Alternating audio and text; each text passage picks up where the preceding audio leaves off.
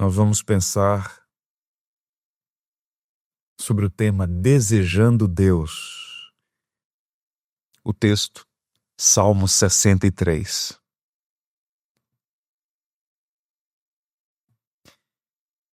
Diz assim então a palavra do Senhor. Ó Deus, Tu és o meu Deus forte. Eu te busco ansiosamente. A minha alma tem sede de Ti, meu corpo te almeja, como terra árida, exausta, sem água. Assim eu te contemplo no santuário para ver a Tua força e a Tua glória. Porque a Tua graça é melhor do que a vida. Os meus lábios te louvam. Assim cumpre-me bendizer-te enquanto eu viver. Em Teu nome levanto as mãos. Como de banho e de gordura farta-se a minha alma. E com júbilo nos lábios a minha boca te louva. No meu leito, quando de Ti me recordo e em Ti medito, durante a vigília da noite. Porque Tu me tens sido auxílio. À sombra das Tuas asas eu canto jubiloso. A minha alma pega-se a Ti, a Tua destra me ampara. Porém os que me procuram a vida para destruir abismar-se-ão nas profundezas da terra. Serão entregues ao poder da espada e virão a ser pasto dos chacais. O rei, porém, se alegra em Deus. Quem por ele jura, gloriar-se-á, pois se tapará a boca dos que proferem mentira. Senhor bendito, nosso Deus e Pai, nem só de pão vive o homem, mas de toda palavra que procede da Tua boca. E por isso nós pedimos alimento para nossa alma. Venha ao nosso encontro, Senhor, pela ação poderosa do Teu Santo Espírito. Nutrir a nossa fé. O Senhor conhece nossas necessidades espirituais. Por isso pedimos que cada um dos irmãos e irmãs que nos acompanham tenham seu coração e mente abertos para receber a palavra da vida. Apesar das nossas fraquezas, usa-nos para a edificação da Tua igreja e para a glória do Teu nome. Amém. O Salmo 63 é uma das pérolas do Saltério, um dos salmos mais apreciados e amados pela igreja. Ao longo dos séculos, esse salmo tem sido usado tanto para devoção particular, quanto também para atos litúrgicos, para adoração comunitária. E de todos os salmos que compõem o Saltério, este é um dos que mais expressa, de uma maneira tão intensa e profunda, a devoção de Davi. A estatura espiritual desse servo de Deus que tanto nos abençoou com os hinos, com as poesias, com os salmos que escreveu. Ele fala fundamentalmente sobre isso, sobre o desejo da alma, sobre o anseio de seu coração em conhecer, amar e servir ao Senhor. Existe uma nota adicional no título desse salmo que aponta para o contexto e, portanto, é importante para que entendamos o salmo. A nota diz assim: Salmo de Davi, quando no deserto de Judá. Tal como outros salmos, o contexto é o de exílio. Davi está fora da capital, ele está fora do trono, ele sofreu um golpe de estado e agora está exilado no deserto. Quando ele escreveu esse salmo, ele vivia os momentos mais difíceis da sua vida. Davi era um homem experimentado nessa altura da vida. Ele já havia passado por muitas situações adversas. Quanto mais lemos o Salmo, podemos ver a maneira habilidosa como ele apresenta as dificuldades pelas quais passou. Mas em nenhum momento da trajetória do rei Davi, ele experimentou provações tão duras, um fardo tão pesado quanto no contexto do Salmo 63. A família de Davi está no epicentro de uma tempestade, uma grande tempestade. Uma das filhas de Davi foi violentada por seu irmão, Aminon. Absalão, por vingança, mata Aminon, seu meio-irmão. E agora há uma crise familiar. Absalão foge para a Síria, ele vive como exilado e passa por lá 3 anos. e regressa à cidade de Jerusalém. Por influência dos comandantes de Davi, que eram muito próximos a Absalão, Davi concede indulgência, ele concede anistia, mas apenas como um ato jurídico. No seu coração ainda havia muita tristeza pelo que Absalão havia feito, matado Aminon. Tanto é que ele recebe Absalão de volta à cidade de Jerusalém, mas não no seu coração. O texto diz assim lá em 1 Samuel: torne para casa e não veja a minha face. Tente imaginar isso. Há uma crise no coração daquela família, em particular entre o pai, Davi, e o filho, Absalão. E qual é o resultado desse processo? Absalão experimentou a mais terrível das experiências que alguém pode experimentar: a dor da rejeição, a rejeição do próprio pai. Davi então se recusa a ver seu filho, é permitido que ele volte para casa, mas não para o lar. Ele volta para Jerusalém, mas não para o coração do pai. Ele podia andar em qualquer lugar da cidade, mas não podia estar na presença do rei, que era seu pai. E Davi está fazendo isso porque ama o seu filho. Ele está aplicando uma disciplina, só que ele aplicou numa dose tão alta que o remédio se transformou no veneno. E o filho, Absalão, que também amava o seu pai, começou então a ser endurecido. O veneno penetrou no seu coração e como Davi se recusou a perdoar, como Davi se recusou a manifestar misericórdia, o veneno teve o efeito no coração de Absalão, que passou a odiar o seu pai. E Absalão, muito habilidosamente, prepara um golpe de status. Ele invade a cidade de Jerusalém, ele deflagra então uma revolta, invade o palácio, proclama-se rei e Davi tem que fugir.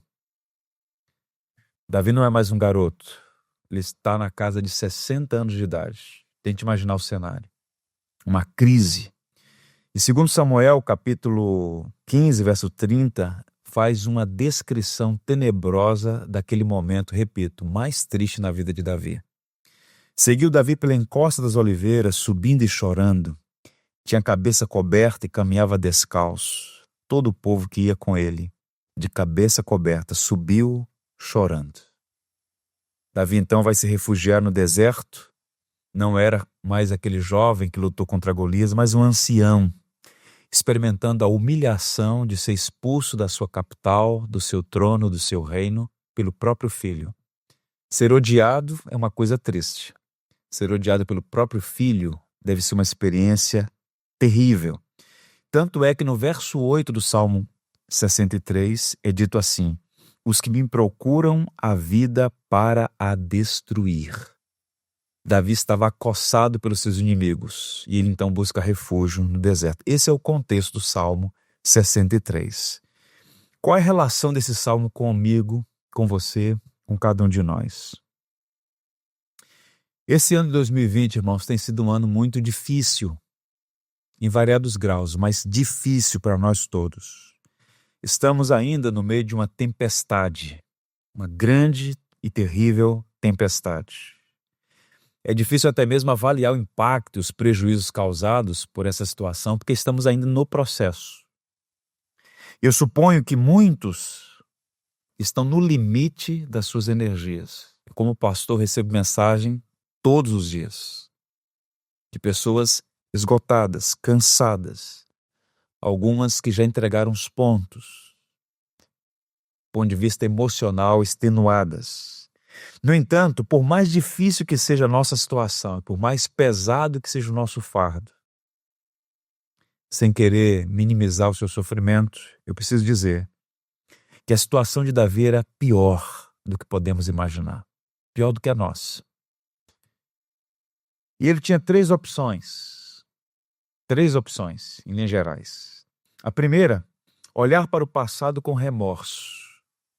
Nós sabemos que parte dos problemas que Davi estava enfrentando era o resultado das escolhas erradas que ele fez.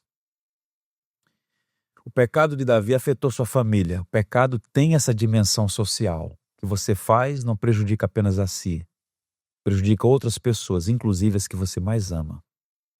E o relacionamento impróprio, inadequado de Davi com Batseba teve implicações diretas no reino, na família e na própria vida de Davi. Ele se arrependeu. O Salmo 51 é a mais perfeita descrição de uma confissão verdadeira. Quer saber o que significa confessar pecados? Leia e medite no Salmo 51. Ele recebeu a alegria do perdão. Salmo 32, que expusemos aqui recentemente. Mas Davi está lidando com as consequências do pecado. Deus o perdoou, restaurou sua alegria, mas agora ele tem que administrar as consequências das suas escolhas erradas. E olhar para trás com remorso é colocar uma espécie de dreno na alma e perder toda a energia. Se ele olhasse para trás, ficasse remoendo as escolhas erradas, ele iria fazer daquele deserto a sua sepultura. Ele já estava mal. E remoer pecados passados é drenar as próprias energias. Não foi o que Davi fez. Eu já li, algum tempo atrás, um autor dizendo com muita propriedade que uma das razões pelas quais Deus criou o tempo foi a de prover um lugar onde pudéssemos enterrar as falhas do passado no solo do Calvário. Há coisas que não podem ser mudadas. Escolhas erradas que foram feitas, você não tem como mais voltar atrás. Peça perdão a Deus, receba de volta a alegria da comunhão restaurada e peça graça para administrar as consequências. Mas ficar remoendo coisas do passado não vai te ajudar, muito pelo contrário, pode drenar suas energias e sepultá-lo vivo. Tome cuidado para não ficar olhando para trás, remoendo coisas do passado. Davi não fez isso, graças a Deus. Ele também teria a opção de olhar ao redor e fazer isso com amargura. Davi estava numa situação de desconforto, ele está no deserto, exposto a muitos perigos. E todo o processo foi muito humilhante. Deve ter sido muito difícil passar por aquilo. Então ele poderia ser envolvido num movimento pendular de remorso e ao mesmo tempo de amargura. Amargura porque ele olhou para as circunstâncias e deve ter imaginado: eu não merecia isso. A injustiça, o filho a quem ele tanto amava, o traiu, e mais do que uma traição, humilhou o seu pai, desejou a morte do seu pai. Davi poderia ter olhado para aquelas circunstâncias adversas com muito desânimo, mas também com amargura. Por que Deus permitiu isso? Por que eu não agi? Enfim, se não soubermos lidar com as adversidades, podemos pendular entre a tristeza e a amargura. Mas Davi não fez nenhuma dessas escolhas. Ele não ficou remoendo o passado, nem permitiu que as circunstâncias temporárias amargurassem o seu coração. O que é que ele fez? Davi fez o que você precisa fazer. Davi olhou para o alto. Davi olhou para Deus. Veja como é que começa o Salmo. Isso aqui nos aquieta o coração e nos ajuda muito em nossa jornada. Começa assim: ó Deus, Tu és o meu Deus forte.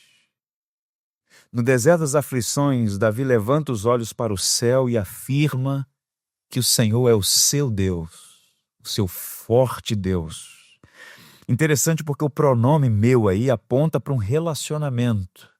Não é um Deus distante, não é um Deus do qual ele ouvia falar. Era o seu Deus, meu Deus. E ele qualifica a Deus como sendo Deus forte. Aqui é o âmago da relação pactual, da relação da aliança. Deus é o nosso Deus, um Deus forte que caminha conosco nas tempestades, nos desertos da vida. Davi já não era mais aquele jovem pleno vigor físico. Estava cansado física e emocionalmente. E nas suas fraquezas e limitações ele se lembra de algo precioso. Eu estou fraco, cansado, mas o meu Deus é um Deus forte. Então, quando você se sentir cansado, extenuado, sem forças para transpor as dificuldades que se agigantam diante de você, lembre-se, o teu Deus é Deus forte. Isso é o que me sustenta, irmãos. Quando olho para as minhas muitas fraquezas e os desafios que estão diante de mim, eu oro: Senhor, Tu és o meu Deus forte. Eu quero me dirigir a você que está vivendo numa situação similar a essa. Talvez no deserto, sentindo-se cansado e sem forças para continuar. Não olhe para trás, no sentido de remoer situações que já foram vencidas, passado.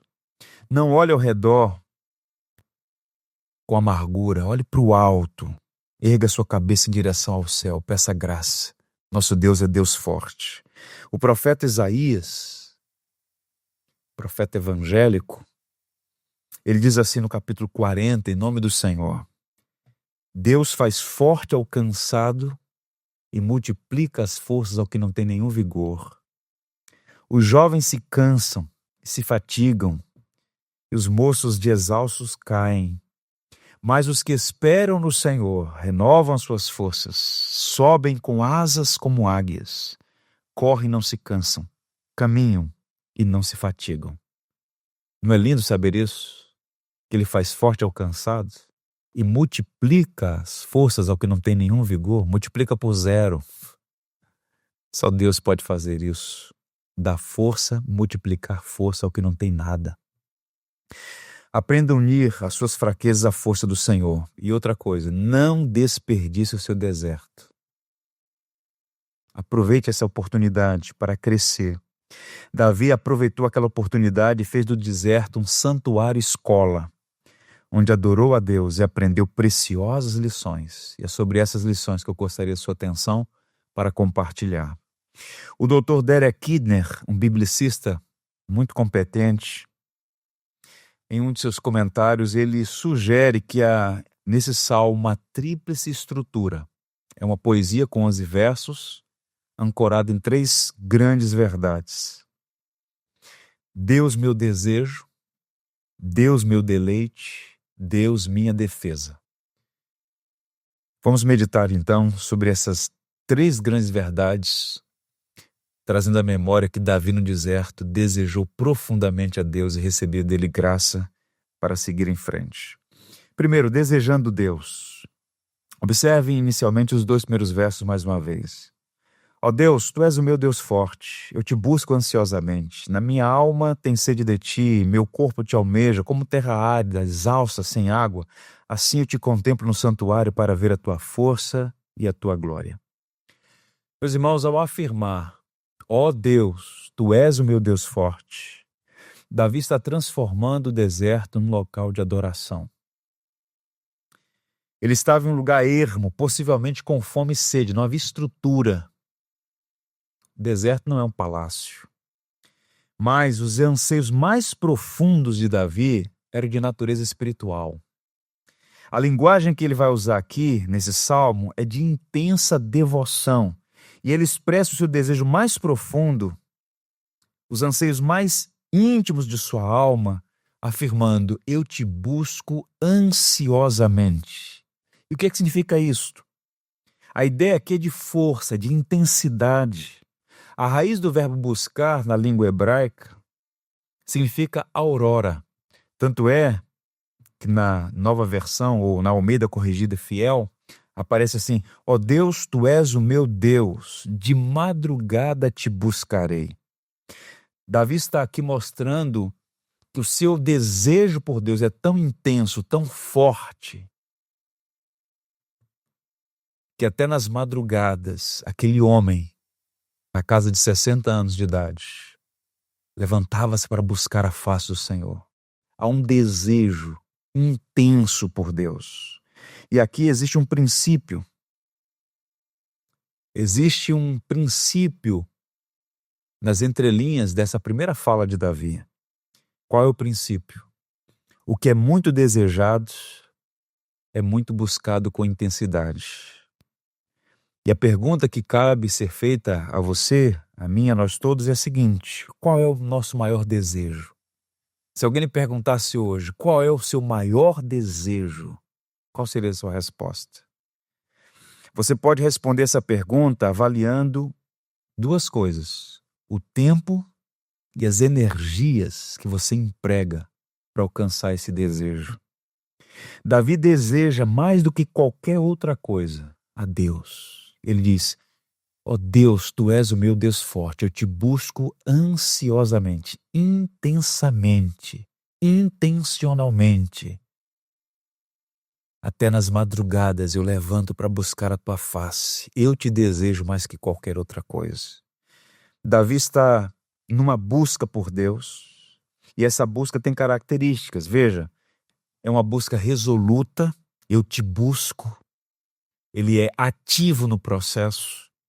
É uma busca prática, ele começou, não é uma ideia apenas, é algo que ele colocou na sua agenda e na sua prática diária. É uma busca com prontidão, cedo farei isto, de madrugada te buscarei. É uma busca perseverante, ele se manteve neste anseio, nesse desejo de Deus permanentemente. Tanto é que ele, para consolidar essa primeira ideia, ele lança a mão de uma outra metáfora. Minha alma tem sede de ti. Ele está no deserto. Davi é um homem inteligente, é um poeta, um músico. E ele olha aquele ambiente, ele olha para aquela geografia e percebe que aquela é uma boa descrição do estado de sua alma. Ele está no deserto com todos os perigos do contexto, possivelmente com sede, a escassez de água no deserto. Ele está no deserto de Judá, uma das regiões mais desérticas do mundo. Pois bem, e ele compara a sua necessidade espiritual à sede. E o faz com a intenção de mostrar que a sede é um dos anseios mais essenciais para sustentar a vida. Você pode passar muito tempo sem comer, mas sem beber, você desidrata e morre muito rapidamente. Não há como esquecer a sede, não há como desprezá-la, não há como ignorar, não há como vencê-la senão suprindo-a com água. Você pode eventualmente até se esquecer de tomar muito pouca água durante o dia, mas experimente ser privado de água por um dia, por 2 dias. Seu corpo se ressente, é impossível dar um comando para desprezar a água, para esquecer-se da água. É uma necessidade vital. E ele compara essa necessidade a uma terra seca, árida e exausta, sem água. E essa sede de Deus é uma metáfora para a adoração. Adorar é uma necessidade da alma. Ninguém vive sem adoração. E adoração não é uma coisa exclusiva dos cristãos. Todo ser humano é um adorador. Mesmo aqueles que se ufanam de não serem religiosos, são adoradores. Adoram objetos, adoram coisas, adoram a si mesmos, mas ninguém vive sem adoração. A verdadeira piedade se manifesta quando Deus é o objeto da nossa adoração, quando Deus é o alvo da nossa devoção. Por isso, a falta de sede de Deus revela a nossa miséria. E por vezes nós estamos tão acostumados com outras coisas, que conquanto boas, não saciam a nossa alma, como disse Jesus para a mulher samaritana. Eu tenho uma água para te dar, que se dela você beber, nunca mais voltará a ter sede. Uma água que sacia a alma. E Davi está no deserto, longe de Sião, mas a mente voltada para o Senhor. Tanto é que no verso 2 ele diz assim: assim eu te contemplo no santuário para ver a tua força e a tua glória. Essa expressão assim pode ser interpretada como desejando assim. A minha alma tem sede de ti. E este anseio é o mesmo desejo intenso com o qual eu te busquei em Sião, em tempos felizes, em tempos de paz. Davi, ele preparou o Monte Sião, onde seria construído no futuro o Templo de Jerusalém. Muitas vezes ele esteve ali no tabernáculo. Ele não era um sacerdote, ele não era da tribo de Levi. Ele estava restrito a um certo espaço daquele tabernáculo, mas seus olhos se voltavam para aquele local onde era o símbolo da presença de Deus. Ele diz: eu te contemplo no santuário para ver a tua força e a tua glória. Ele não podia entrar no santuário onde os sacerdotes e levitas serviam, mas contemplava e buscava ver a força e a glória do Senhor. Por que ele está dizendo isso? Porque ele é um adorador. Deus não está preso em Sião, e o deserto podia ser um local muito especial para Davi ter um encontro com Deus. Ele está dizendo: Senhor, eu te busco ansiosamente. Da mesma maneira, quando eu estava lá em Sião, quando eu olhava para o santuário, quando eu contemplava a tua face, a tua glória, a tua grandeza. Davi viu a glória de Deus na casa do Senhor e agora podia ver a glória de Deus no deserto. A igreja não é o lugar onde Deus faz morada, no sentido de que esse espaço físico, mas é um símbolo. A igreja se reúne aqui nesse espaço, nesse salão de curso para adoração.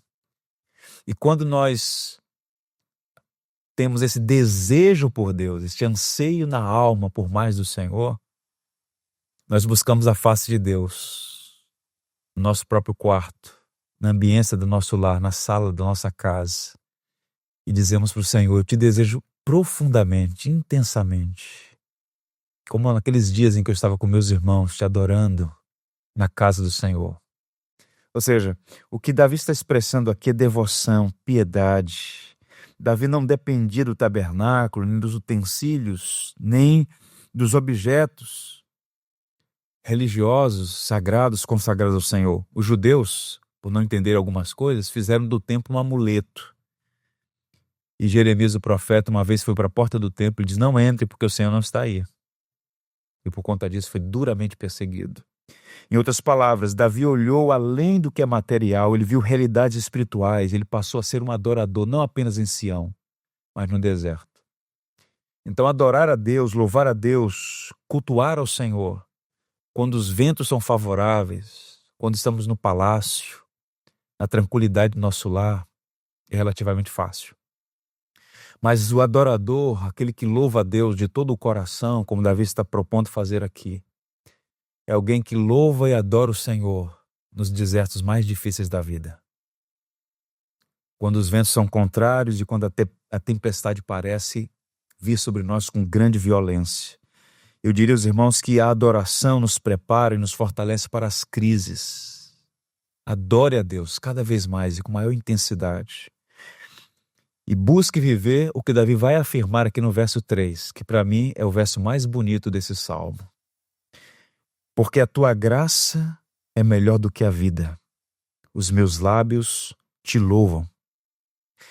Teu amor é melhor do que a vida, diz outras versões. Duas perguntas. Por quê? E como ele chegou a essa conclusão? Por que a graça de Deus é melhor do que a vida na avaliação de Davi? Como é que ele chegou a essa conclusão e entendimento? Irmãos, Davi tinha muitos privilégios, ele desfrutou de muitas bênçãos. Rei de Israel. Mas de todas as bênçãos que Deus deu a Davi, a maior de todas era o próprio Deus.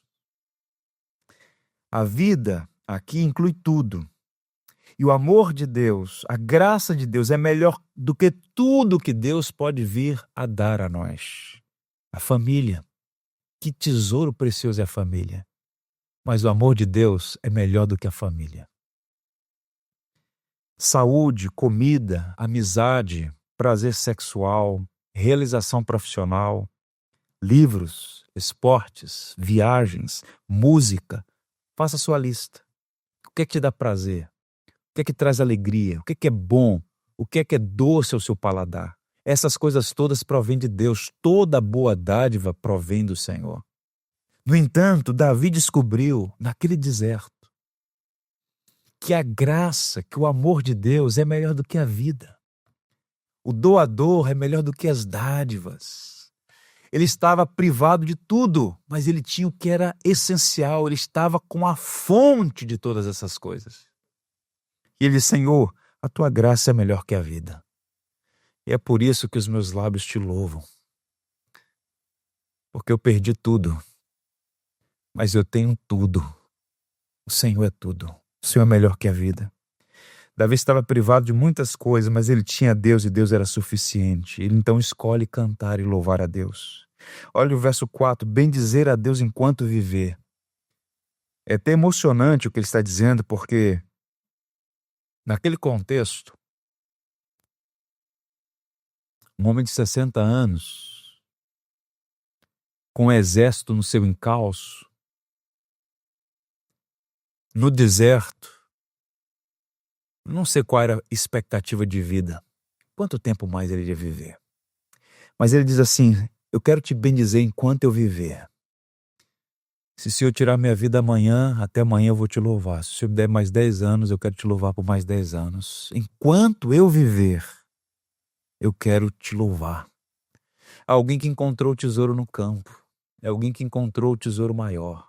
É o próprio Deus. E ele diz: eu em teu nome levanto as mãos. O que é que significa levantar as mãos? A gente no ato litúrgico nós levantamos as mãos e às vezes levantamos sem entender por que levantamos. Essa é uma tradição que nasce com os hebreus. É um sinal de rendição.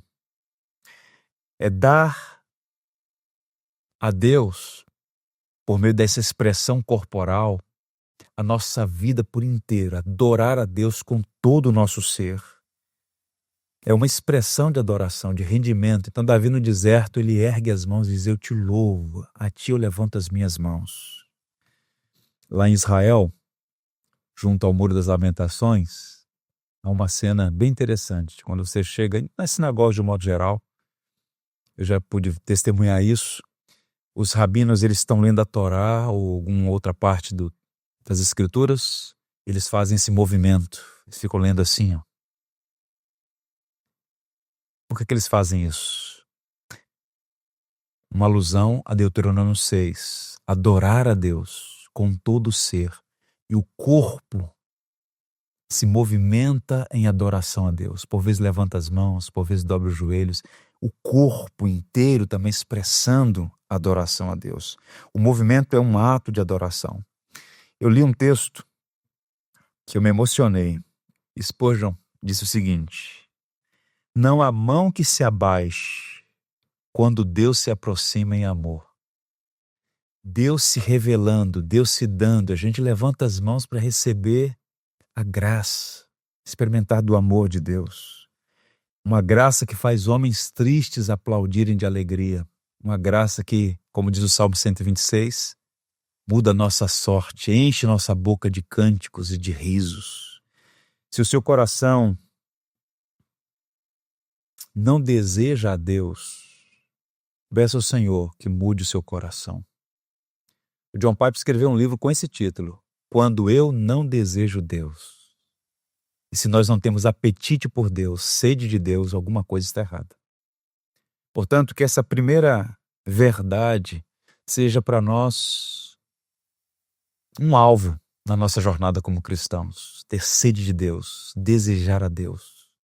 E quando isso acontece, quando a gente prova e vê que o Senhor é bom, quando nós temos esse relacionamento com Deus, meu Deus forte, eu te busco ansiosamente, a minha alma tem sede de ti.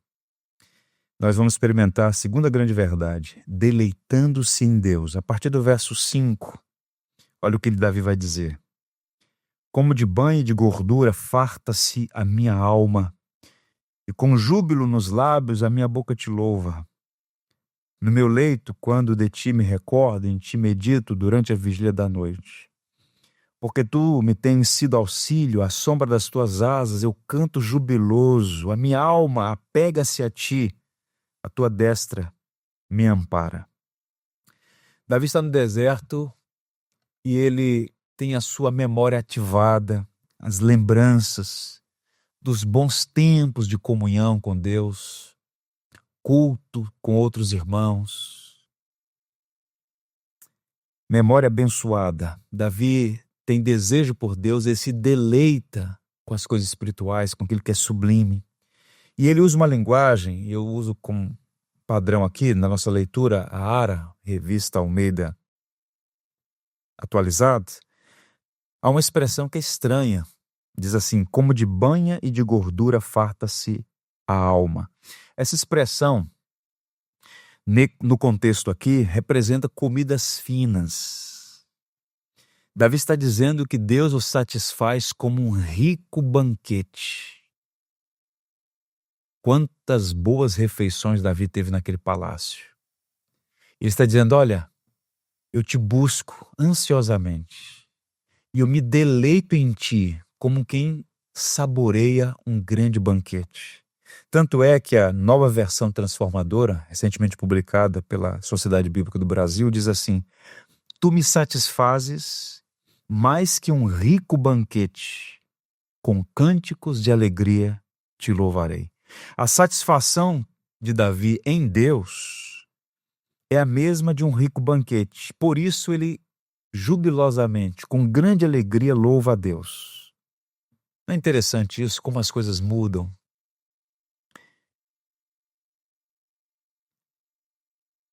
Desespero, perplexidade, tristeza, amargura, decepção, frustração, medo. Quantos sentimentos passaram no coração de Davi? Quantas tentações.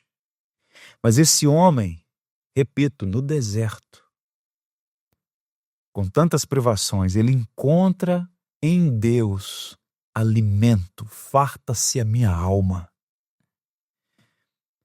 O Senhor é para mim melhor do que os banquetes finos, do que o melhor que há na culinária.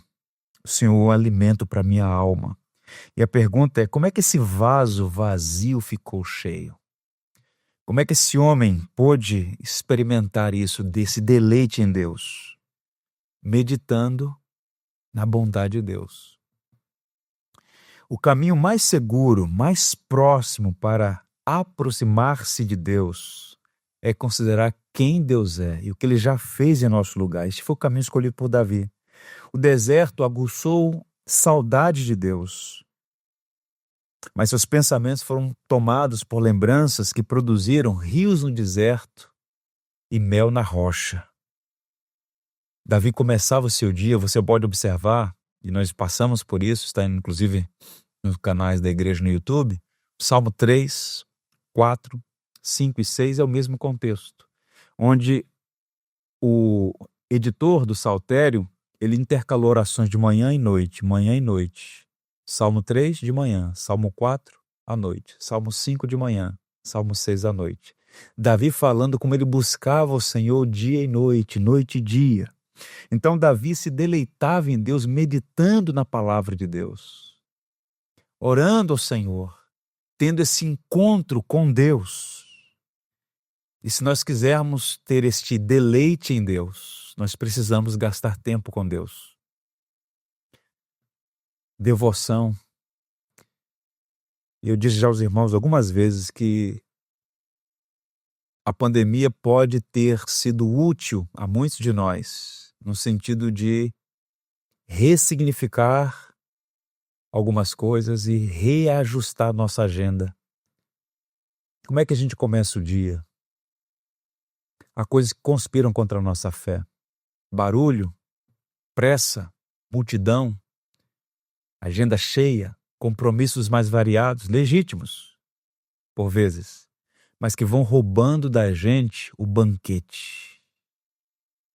E aquele que foge de Deus nas primeiras horas do dia dificilmente o encontrará no final dele. George Miller escreveu uma autobiografia riquíssima, que vai lendo e vai sendo encorajado pela piedade daquele homem de Deus que serviu o Senhor na Inglaterra. Tantas obras fez para a glória de Deus. E numa parte do seu diário, ele diz assim: como eu começava o dia? Ele compartilha conosco como ele começava o dia. O que aprendi foi isso. Vi claramente, como jamais antes, que o maior e principal assunto com que eu devia ocupar-me todos os dias era ter minha vida feliz no Senhor. Deleite. É o que Davi está dizendo aqui. E George Miller, séculos depois, na mesma direção. A primeira coisa com que me preocupar não era quanto eu poderia servir ao Senhor, mas como eu poderia glorificar ao Senhor. Como eu poderia levar minha alma a um estado de felicidade e como poderia alimentar meu homem interior. Isso porque eu poderia colocar a verdade diante dos não convertidos, poderia procurar proporcionar benefício aos crentes, poderia procurar trazer alívio aos desanimados, poderia de outras maneiras procurar comportar-me como convém a um filho de Deus neste mundo. E mesmo assim, por não ser feliz no Senhor e não estar sendo alimentado e fortalecido em minha vida interior dia após dia, cuidar de tudo isso sem o espírito correto. E ele conclui: agora vi que a coisa mais importante que eu tinha a fazer era dedicar-me à leitura da palavra de Deus e meditar nela, para que o meu coração fosse confortado, encorajado, advertido, acusado, instruído, encorajado. E que assim, enquanto eu meditava, meu coração fosse trazido à experiência da comunhão com o Senhor. Por isso, comecei a meditar desde o princípio, de manhã cedo. Foi a meditação na palavra, foi o tempo a sós com Deus, que fez com que Davi crescesse nesta arte de deleitar-se em Deus, trazendo à memória o que está escrito na lei e que Jesus afirmou também. Nem só de pão viverá o homem, mas de toda a palavra que procede da boca de Deus. É triste ver tanta gente desnutrida com a mesa tão farta. Um crente desnutrido com a Bíblia em casa é um contrassenso. Você tem um tesouro que muitos gostariam de ter e não tem. Um tesouro que durou séculos para que estivesse num único volume, toda essa belíssima biblioteca, em nossa própria língua, acessível. E que não é simplesmente para trazer mais informações sobre Deus, sobre a vida, sobre você, mas é para alimentar a alma, a palavra da vida. E nós não podemos negligenciar. Davi estava satisfeito em Deus, deleitava-se em Deus, porque ele meditava na palavra. Logo de manhã ele diz assim: nas vigílias da noite, durante o dia, em todo o tempo, Davi tinha seus pensamentos para o Senhor. Em Israel há 3 vigílias. Esse é o contexto lá do Antigo Testamento. Do pôr do sol, às 22 horas, das 22 horas às 2 da manhã e das 2 da manhã até o nascer do sol. E Davi está dizendo: durante as vigílias da noite, eu te busco. Davi levantava-se madrugada para orar. De manhã ele orava. A mente e o coração estavam voltados para o céu. E ai dele se não estivesse. Acossado por tantas dificuldades, se ele fosse olhar a força do vento, ele iria sucumbir. Portanto, todas as vezes que Davi despertava durante a noite ou ao amanhecer, se lembrava do Senhor. E essas recordações sustentaram a vida dele. Essas memórias encorajaram ele a buscar mais e mais o Senhor. E tanto é que ele diz: tu tens sido meu auxílio. Lembrando o que Deus fez. A ideia aqui de olhar em retrospectiva o que Deus fez. Tu tens sido meu refúgio. Nós oramos pouco, ficamos de olho no relógio, porque a gente desaprendeu a orar. Quando você começa a listar quem Deus é, o que Deus fez, como Deus tem te sustentado ao longo de todos esses anos, você pode dizer: Senhor, tu és o meu auxílio. Eu lembro daquele dia, eu lembro daquele episódio. Estava tudo acabado do ponto de vista humano, mas o Senhor me socorreu, o Senhor me abençoou. Apesar daquilo que eu fiz, o Senhor não desistiu de me amar. Veja, nosso coração vai sendo inundado dessas lembranças e nós ficamos na ponta dos pés. Tu és o meu auxílio. E Davi usa uma linguagem poética: à sombra das tuas asas eu canto jubiloso. Davi comparando Deus a uma ave que protege. E protegidos podemos cantar, porque estamos guardados por Deus. E então ele diz: a alma apega-se a ti, minha alma apega-se a ti. É um verbo usado no Antigo Testamento que indica afeição, lealdade. E nesse caso aqui, aproximação. Em outra versão diz: minha alma te segue de perto. Apegar-se a Deus. A ideia é de afeição, lealdade. Nós precisamos dizer isso: Senhor, minha alma está apegada a ti, conectada a ti, associada a ti, perto do Senhor. Nós precisamos ter esse deleite em Deus. A pergunta que cabe fazer, mais uma vez, é: nós temos experimentado esse nível de piedade e devoção? Nós podemos dizer: minha alma está apegada a ti? Ou temos uma mentalidade utilitarista da oração de Deus, né? buscamos a Deus para Ele resolver nossos problemas. Isso empobreceu o Evangelho. Deus é a fonte suprema de toda a nossa alegria. E a gente precisa experimentar isso cada vez mais, cada vez mais. C.S. Lewis fala sobre a criança tola que está entretida brincando na lama quando poderia estar à beira da praia. Então nós vamos nos entretendo com coisas, perdendo de vista o melhor, e o melhor é o próprio Deus. Deleitar-se em Deus. O Isaías, o profeta, capítulo 41, diz: não tenha medo, pois eu estou com você. Não desanime, pois eu sou o seu Deus. Eu o fortalecerei e o ajudarei, e com a minha vitoriosa mão direita o sustentarei. Ele fala da destra da mão direita, esta mão poderosa que nos sustenta. E por fim, serei breve neste último ponto, Davi fala aqui de Deus em sua defesa. A ideia é confiando em Deus, deleitando-se em Deus, desejando Deus, confiando em Deus. Observe a partir do verso 9. Porém, os que me procuram a vida para destruir, abismar-se-ão nas profundezas da terra. Serão entregues ao poder da espada e virão a ser pasto dos chacais. O rei, porém, se alegra em Deus. Quem por ele jura, gloriar-se-á, pois tapará a boca dos que proferem mentiras. Na parte final do Salmo, Davi menciona aqui os inimigos e o desejo deles em destruí-lo. Davi estava sendo alvo de uma perseguição cruel, injusta. Davi tinha sido objeto de uma conspiração, mas tinha plena confiança de que os seus conspiradores seriam derrotados. Por que razão ele tem esse entendimento? E aqui um cuidado, não devemos censurar Davi por desejar que seus inimigos sejam derrotados, condenados. Eles eram rebeldes, opositores aos propósitos de Deus para com Israel. Deus havia determinado que Davi fosse rei de Israel. Absalão no trono é um erro, ele é um usurpador. Davi era o rei legítimo. Alguém disse que Davi fez uma referência a si mesmo como rei, pois mesmo quando fugia de Jerusalém, ainda sabe que ele é o rei divinamente designado. Por isso ele vai dizer: o rei se alegra em Deus. Ele não está no trono, mas sabe que diante de Deus ele é o rei. Então, as circunstâncias conspiram contra, mas ele sabe qual é a sua identidade. O rei se alegrará em Deus. E aqui uma espécie de contraste entre o justo e o ímpio.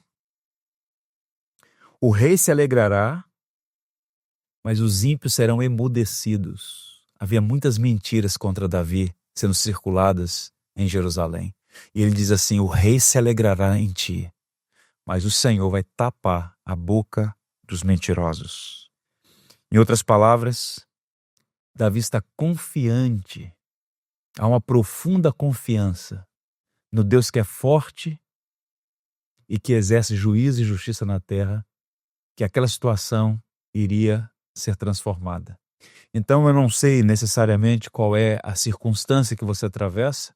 Muitas vezes nós somos objetos de injustiças, de crueldades, sofremos decepções, frustrações, ficamos indignados com certas coisas, pendulamos entre a tristeza e a amargura, somos seres humanos.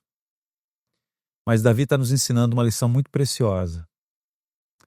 Ao Senhor pertence a vingança. O que nos compete é amar e orar até mesmo por aqueles que nos perseguem. Mas uma coisa é líquida e certa: aquilo que o homem plantar, ele colherá. E há um Deus no céu que no momento oportuno exerce justiça, manifesta sua justiça e faz intervenção na história. Spurgeon disse assim: veja a diferença entre a boca que louva a Deus e a boca que profere mentiras. A primeira nunca será detida, mas cantará eternamente. A segunda ficará emudecida no tribunal de Deus. Nós somos aqueles que cantarão eternamente. Os ímpios serão emudecidos. Fala-se hoje tanto em fake news, mentiras daqui, mentiras de lá. É uma guerra cultural, uma guerra de narrativas. Descanse. Descanse. Não gaste suas energias com isso.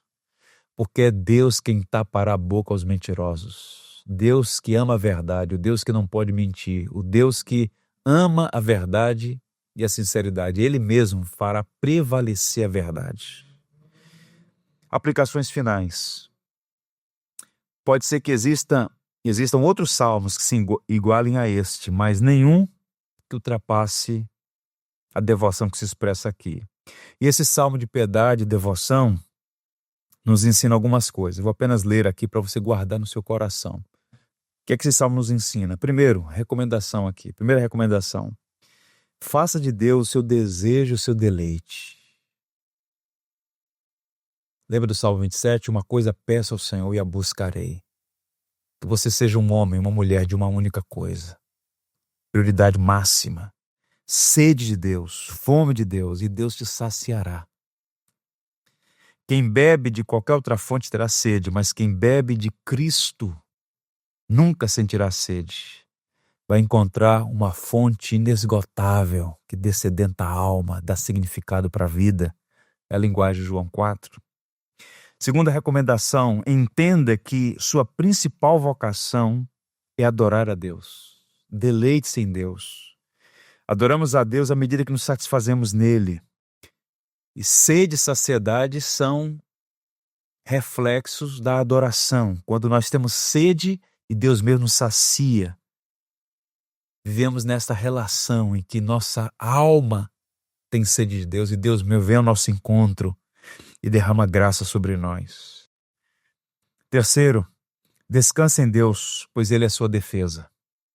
Deus mais um é maioria. Há inimigos, há conspirações, há perigos, há provações, há lutas. Deixe que Deus cuide dos perversos. Repito, Deus é quem tapa a boca aos mentirosos. O que nos compete é exercer misericórdia e esperar que Deus mesmo, que é o justo juiz, faça justiça no tempo e à maneira dele. Conclusão, meus irmãos. Não desperdice o seu deserto. Não desperdice o seu deserto. Está sendo difícil, pastor. Eu sei, para nós todos. Mas não olhe para trás, remoendo coisas que já passaram, porque suas energias poderão ser drenadas e a tristeza poderá consumir seu coração. Se você mantiver os seus olhos nas circunstâncias, a amargura também vai te detonar. Mas levante seus olhos para os céus. Olhe para o alto. O deserto pode ser uma grande bênção se você transformá-lo num deserto, o deserto num santuário escola, onde você contempla a glória de Deus e aprende com Ele, o Deus que nos coloca à sua mesa e sacia a nossa alma. Que assim seja, para o louvor e a glória do nosso Deus. Amém? Vamos ter uma palavra de oração, pedindo a Deus que nos dê fome e sede dele mesmo. Senhor, louvado seja o teu nome. Te damos graças e bendizemos a ti.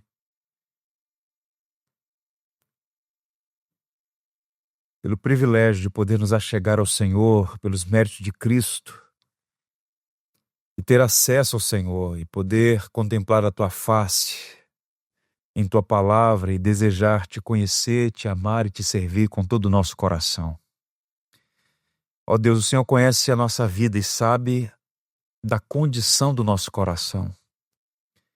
Coloca em nós fome de ti, sede de ti.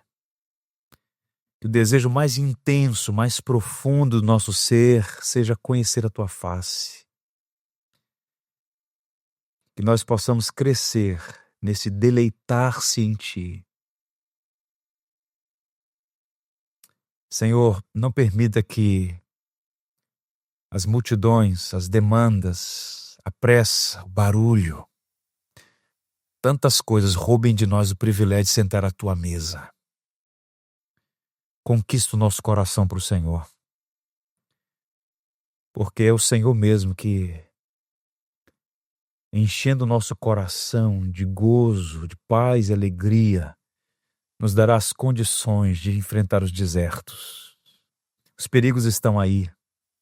Há traições, decepções, frustrações, tantas coisas que se levantam e que tendem a roubar a nossa alegria, mas nós queremos dizer, como Davi, à sombra das tuas asas eu canto jubiloso, a minha alma está pegada a ti. Que o Senhor seja para nós algo mais precioso do que todas as coisas da vida, porque a tua graça, o teu amor é melhor do que a vida. Abençoa cada um dos meus irmãos e irmãs. Que este salmo, que essas verdades sejam meditadas por nós todos e possamos crescer em nossa comunhão e intimidade com o Senhor. Oramos agradecidos por Jesus Cristo. Amém.